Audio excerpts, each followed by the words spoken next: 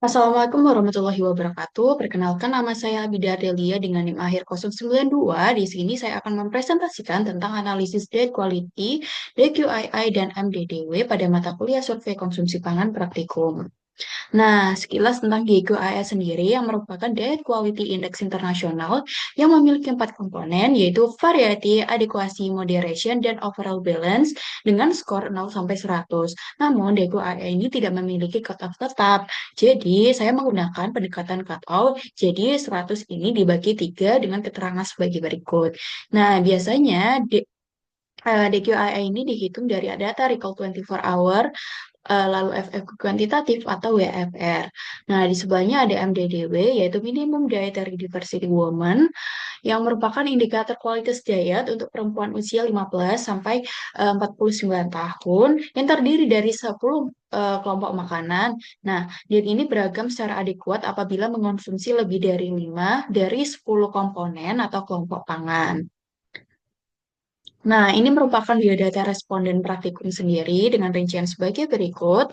Lalu, ini merupakan hasil 24 hour recall yang dilaksanakan pada weekend tanggal 24 Agustus 2025 dan weekdays hari Selasa 26 Agustus 2025 dengan rincian makanan yang dikonsumsi sebagai berikut.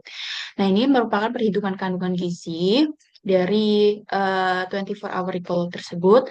Nah, ini merupakan perhitungan DQII-nya, di mana kita mengkelompokkan pangan dari hasil 24 hour recall, lalu kita menetapkan standar porsinya. Sebelum itu ada berat asupan, ditentukan berapa, lalu standar porsinya berapa, lalu sajian asupannya berapa. Terus kita memberikan keterangan dia tuh terpenuhi atau tidak terpenuhi dari standar asupan atau sajian yang ditetapkan dari cut-off DQII. Seperti pada meat unforty atau X ini dengan standar asupannya itu lebih dari satu sajian yang dapat dikatakan terpenuhi. Nah, pada responden WHO ini memiliki atau menghasilkan atau mengonsumsi 4,38 sajian, di mana itu sudah melebihi dari satu sajian sehingga keterangannya memenuhi. Dan eh, pada kelompok vegetable ini tidak terpenuhi sehingga memiliki skor 12. Jadi kayak ada cut-off-nya sendiri, overall food group berapa cut-off-nya dan semacamnya. Lalu di jumlah skor 2QII-nya memiliki skor 50.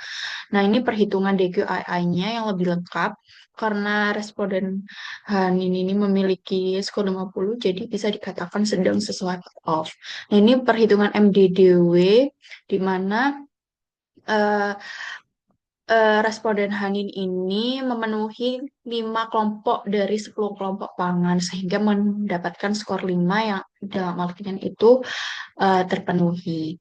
Nah, rekomendasi asupannya sendiri untuk DQII eh, mem- mem- perlu perbaikan pada adequacy dan moderation, terus menambahkan sayuran hijau untuk meningkatkan adequacy, terus mengurangi lemak jenuh, kolesterol, dan lain-lain. Overall balance buruk rata-rata SFA itu lebih besar dari MUFA dan PUFA, lalu mempertahankan variasi pangan yang sudah baik. Lalu untuk MDDW itu mengkonsumsi produk susu, telur, sayuran hijau, dan lain-lain, dan disarankan menambah kelompok pangan tersebut untuk meningkatkan kecukupan mikronutrien dan mempertahankan konsumsi lebih dari 5 kelompok pangan setiap hari dan memastikan porsi dan frekuensinya tuh cukup. Nah, kelebihan DQIS sendiri yang pertama, menilai kualitas dia secara lebih komprehensif, lalu dapat digunakan lintas budaya dan negara, dan memiliki rentang skor 0 sampai 100 yang memudahkan analisis. Kelemahannya sendiri membutuhkan data detail dan kuantitatif. Lalu bobot dan threshold tiap komponen tidak selalu sesuai, perlu ketelitian yang tinggi dalam pengelompokan makanan. Kelebihan MDDW sendiri mudah dan cepat diterapkan, akurat sebagai proksi kecukupan mikronutrien pada level populasi, terus fleksibel lintas budaya. Kelemahannya kurang sensitif pada level individu, tidak menilai kuantitas dan frekuensi konsumsi, lalu interpretasi harus hati-hati pada populasi dengan akses pangan terbatas.